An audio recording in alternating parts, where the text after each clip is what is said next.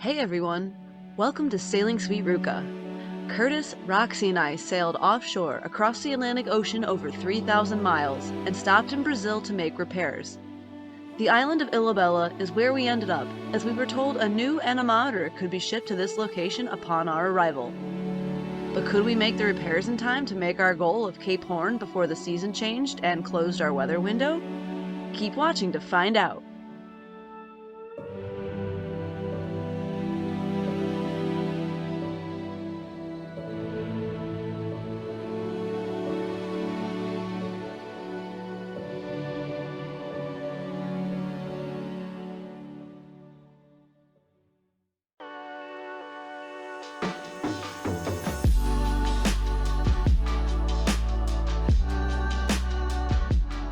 After 3 weeks at sea, we had refilled our water tanks, and thus it was time to de-smellify our salty ocean clothes. While the sun worked on drying our laundry, we headed to shore to meet up with the top marine electronics guy in Sao Paulo, whom was recommended to us by our new friend James from the previous episode.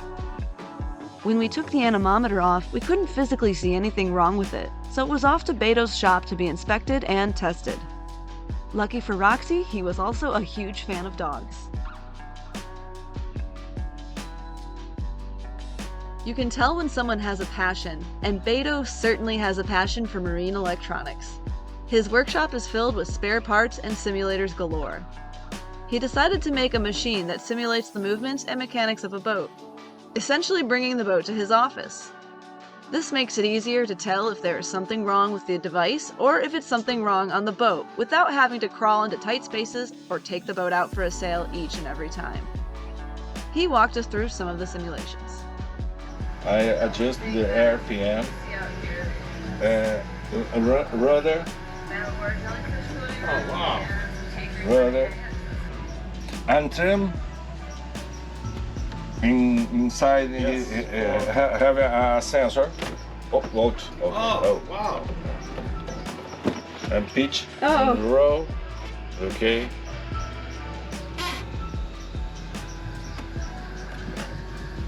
And lubricant oil, DSE oil. Beto could test fuel and water consumption, oil level and rudder angle, among other things. He could also test the pitch and roll of a boat with special sensors. Eventually, he would test our wind anemometer's ability to sense the wind. After the tour of the shop, Beto offered to make us some of his own cappuccino recipe. Brazil is famous for its coffee, so we couldn't pass up some from a native Brazilian. Now we could be like all those other fancy sailing channels. Do you prefer cappuccino or coffee? Cappuccino. You can make his recipe at home too with the following ingredients: 200 grams of mascavo sugar, 400 grams of powdered milk, 10 teaspoons of cocoa powder, 100 grams of instant coffee, 2 teaspoons of sodium carbonate for that extra fizziness, and finally the secret ingredient, 1 teaspoon of nutmeg. And bom proveito!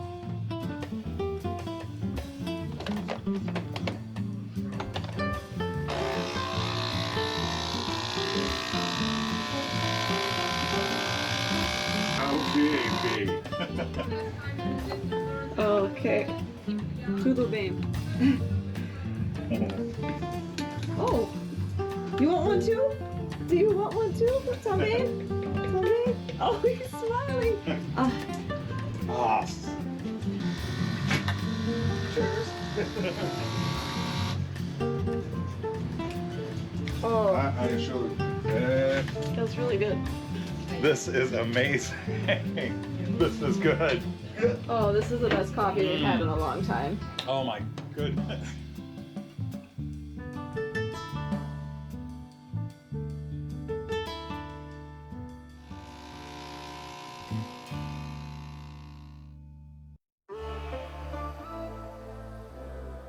It was time to head to the dock to turn in our mainsail to the sailmaker to make a proper repair on our leech cord and to install a new anemometer we had purchased to replace our old one. Going up the rig and taking off our heaviest sail would be much easier in the calm waters of the harbor. Ready? Yeah.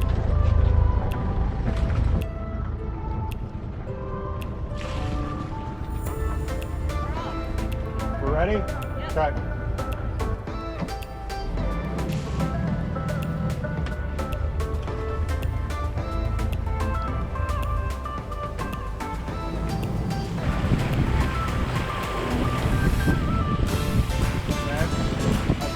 in, look at the current on the buoys, and keep track of the wind at the wind end.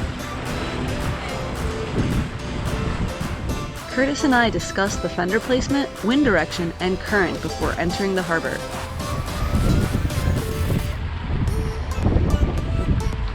Spring line first or bow line first? Yeah, definitely spring line, because then I can drive the bow. And I'm going aft, right? Yeah, and then keep an eye on these things in the water for me where to go, because I really, I don't want to run over a line. I'm up on the bow to look for anything in the water that could get tangled in the prop, like trash, fishing buoys, and mooring lines. We also discussed the order of attaching the dock lines to make sure we are on the same page.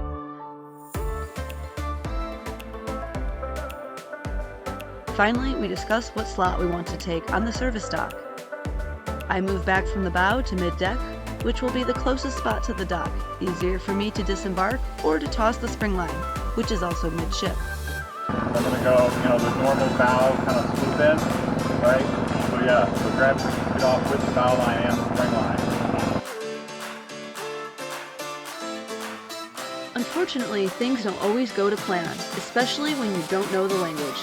The dockhand tied the bow too tight, which didn't allow the boat to pivot properly on the spring line. Some adjustments would need to be made, and I'll need to brush up on my Portuguese next time.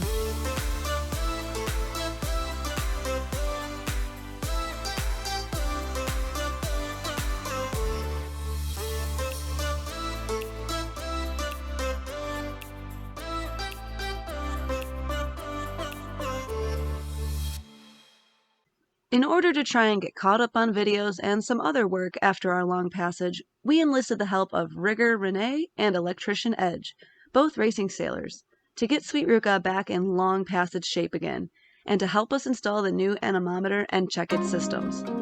Since nothing appeared wrong with the old one, we decided to replace the wiring that ran through the mast as well. Perhaps there was something going on in there that we couldn't see. We had already removed the mainsail and were now waiting on the sailmaker to take it away. But now it was time to get busy.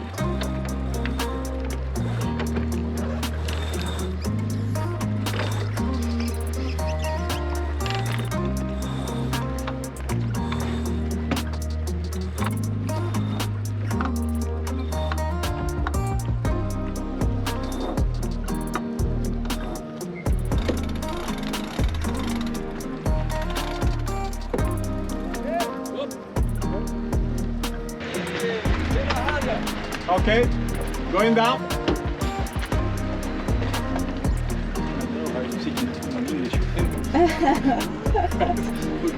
His English is good though. It's okay. We're all sailors. We speak sailing. Yeah. No! While Renee was up there, he lubed all the sheaves for the halyards so everything would run smoothly, and he also looked for any chafing on the lines. Lucky for us, everything looked good. Afterwards, Curtis and Renee cleaned and lubricated the gooseneck and boom bang.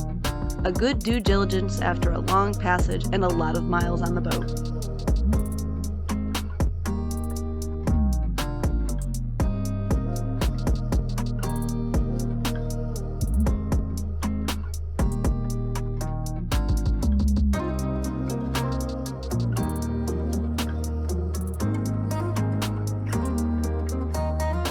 Well, we have found our problem.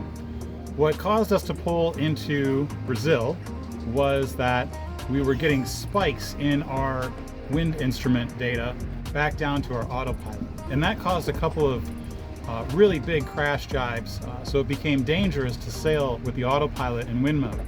And sailing in wind mode is a really important thing for us because it gives you a lot of control and actually allows you to get a little bit more sleep than you can in compass mode.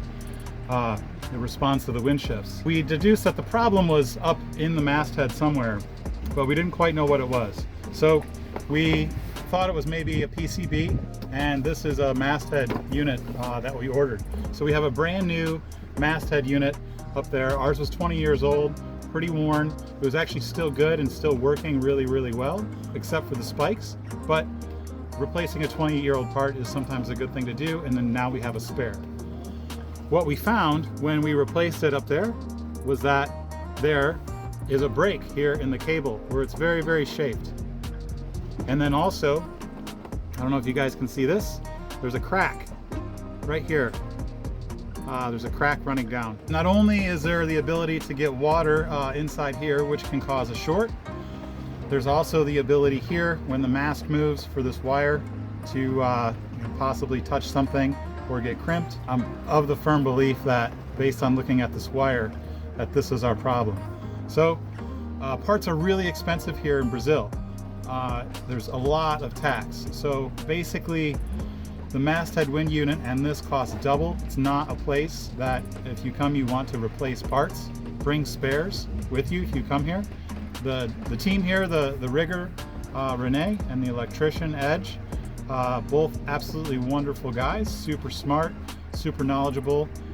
They also race and crew on some big yachts. So they really knew what was up and we solved all the problems. Our wind instruments are now working perfectly. We do have to go out and do some sailing to recalibrate our instruments now that we've changed all this stuff, but we're in really, really good shape and we should be ready to go sailing pretty soon. While we're here, we also decided to do a good amount of maintenance. We lubed all the sheaves while we had somebody up top, and then we also took apart the gooseneck and the vang and lubed all that up. We serviced our winches over here, and just everything that really needs to get done after a few thousand miles offshore to make sure that the boat is running well. So it's a never-ending maintenance battle on this puppy to keep her in tip-top shape. But that's it. So full morning of work.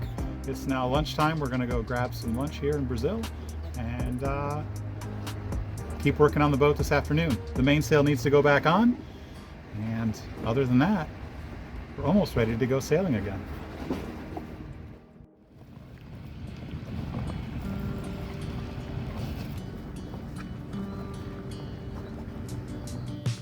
The mainsail was returned to us very quickly.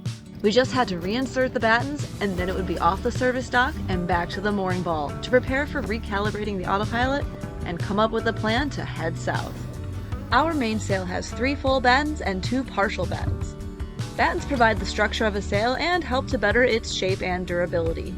A lot of cruisers or offshore sailors prefer all full battens, but this is what came with our mainsail and it's worked pretty good for us so far. Of course, Curtis is dreaming of updating the mainsail someday. Once the battens are on, it's time to rerun all the cars and put her back in the stack pack.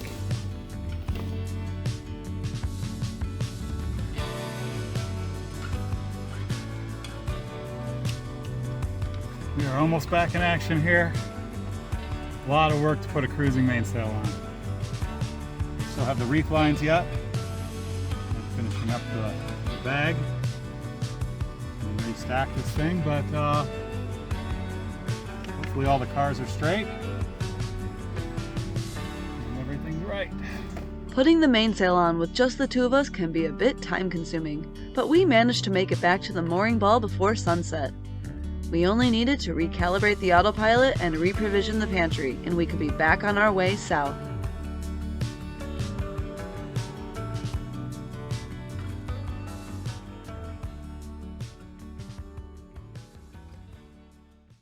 Some people think having a dog on a boat can be torture for the dog. Luckily for Roxy, that's not the case. She loves to be with us all the time, but even more so, she loves the beach and all the new smells. Hold on when you need a friend, I'll never let you go again. Reach out when your mind's uneasy, 'cause I'll understand.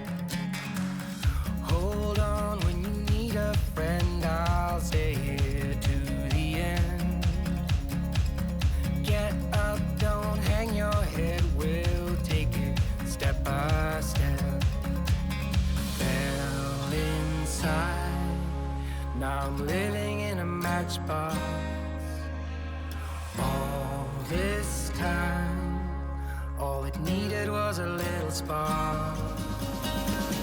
Give me my heart back, 'cause somebody stole it and put it in your head.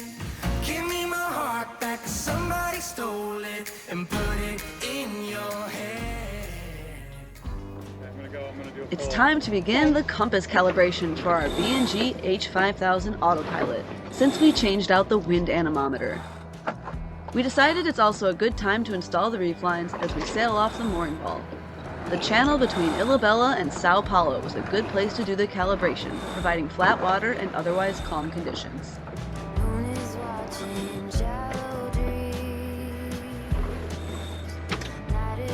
Keep an eye for me on all the reef lines and everything, okay? Copy that.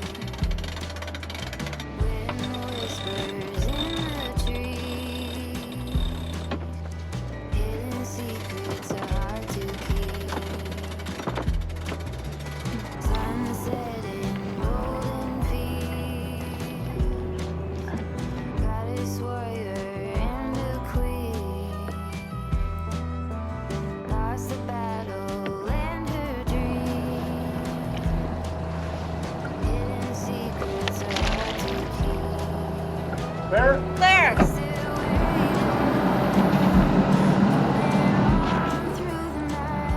For our autopilot to work best, it is very important that it is calibrated properly. Garbage in equals garbage out. Autopilot calibration is a matter of ensuring all of the inputs are accurate. First, we start with ensuring we have our rudder angle sensor correct. This was already done at the dock. We also have to make sure our compass is calibrated correctly, which requires a few circles. After that, our autopilot does an at-sea automatic calibration, requiring more circles while motoring. Next, because our autopilot drives by true wind angle, the basis of this calculation is our boat's speed through the water. We must make several runs to make adjustments to the paddle wheel inputs, making sure to compensate for current, among other things. Next, our masthead unit must read 0 when the wind is dead ahead, and we must make sure our wind speed is reading correctly. There is a little more to this, as things like heel angle, sail configuration, and boat speed and leeway can have an effect on these inputs, but those are adjusted in real time as we sail. This gives you the basics of what we are doing. Once we have it where we like it, we are ready to go sailing and try it out.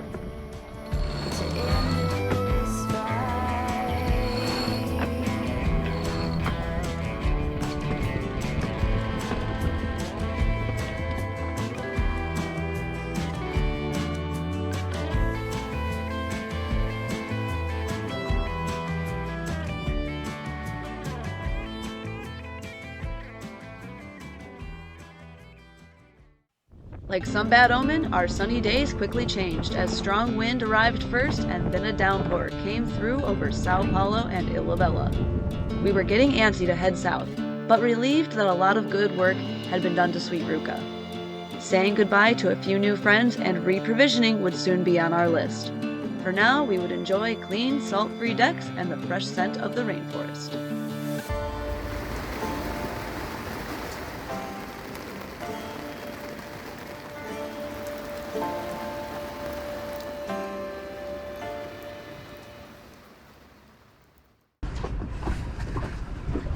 Time to head to the beach.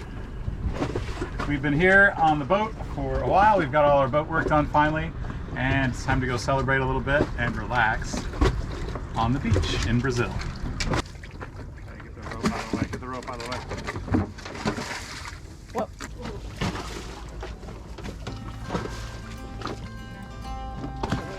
Super graceful.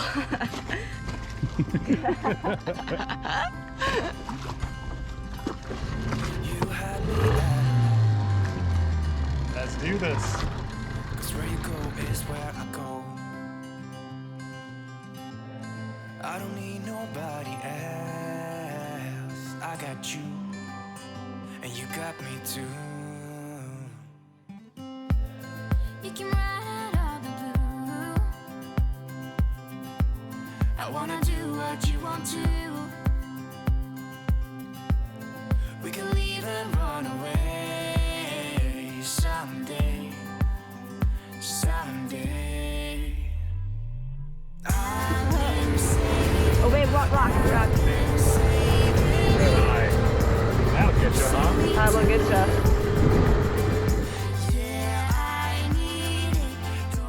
We had such a fun time exploring the coastline in the dinghy that we didn't even make it to the beach before it was time to pick up our new friends we had made at Ilhabela Yacht Club. Armando was our contact for the club that allowed us to safely stay and await our new anemometer. Our thanks to him was to take him and his wife out for a sail. But we kept it comfortable by leaving the sunshade on in the cockpit and sailing jib only. Armando and his wife Ruth had never gotten the chance to sail a boat before, so we thought we'd enjoy a simple tutorial over a few brews. Armando and Ruth each got a turn at the wheel. It's these special experiences that make being away from family and friends a little bit easier. Somewhere we won't be scared. You will see me flying high, or staring into your blue eyes. We don't need nobody else. I got you, and you got me too. After they left, Curtis and I celebrated all the hard work and boat completions with a steak dinner and watching the sunset.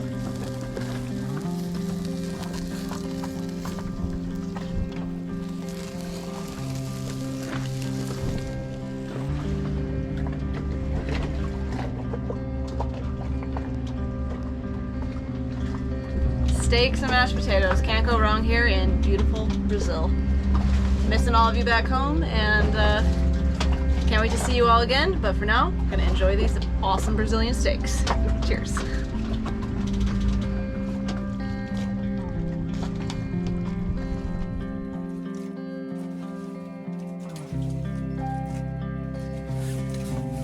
Oh, yeah. Oh.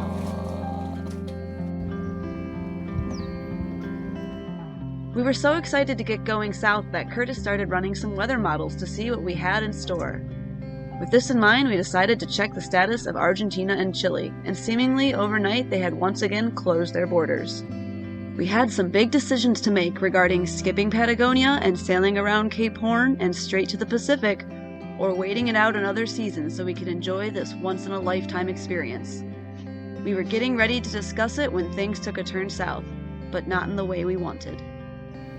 All right, we'll do a little video real quick right here. This is the hospital behind me, and Kate is inside right now. She wasn't feeling too well, so a little bit of a stomach bug. We're not quite sure what's caused it, but she's getting some IV inside, and there's really nothing for me to do other than just be a big gringo that's standing in everybody's way. So I went outside for a walk, and we'll check on her in about 20 minutes or so once the IV that she has time to go through. But for right now, she's just chilling in an IV chair and resting. I'm gonna check out the neighborhood. We are out of the hospital. Yep, and we've got my results. We believe that I've got a virus, and so we're gonna go get some meds to help me fight that virus. So get my body nice and strong, and hopefully I'll be good as new. Okay, this way. Whew. Going to the pharmacy now to pick up those meds. So the hospital was no charge, and then the pharmacy is also supposedly no charge. Yeah.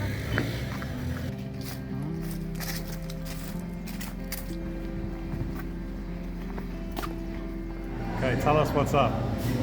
Oh, all right.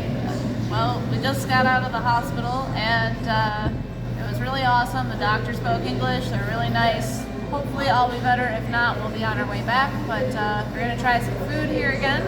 And it was a really long, good day, though. So we're happy that we could get good care here in Brazil. That's it. Right. After some rest, we headed into town to check out the shops and of course look at some boat parts. When all of a sudden Curtis decided it was time for him to make a big change. If you've been following us since the beginning, you may have noticed Curtis's gradual change in appearance from professional trim to full-on pirate. With a possible change in plans, it was time for a change of hair. Wait for the wind, wait for the night.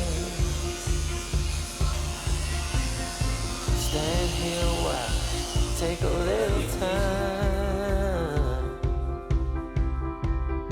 Since you went away, it came to a halt. silence is everywhere, and you're not. And now I'm running like there's no tomorrow. Would we decide to stay in Brazil and wait for countries to open so we could explore on land? Or would we make the long trek straight from the Atlantic to the Pacific? A special thank you to our patrons for making these videos possible. Don't forget to click the subscribe button. See you next time.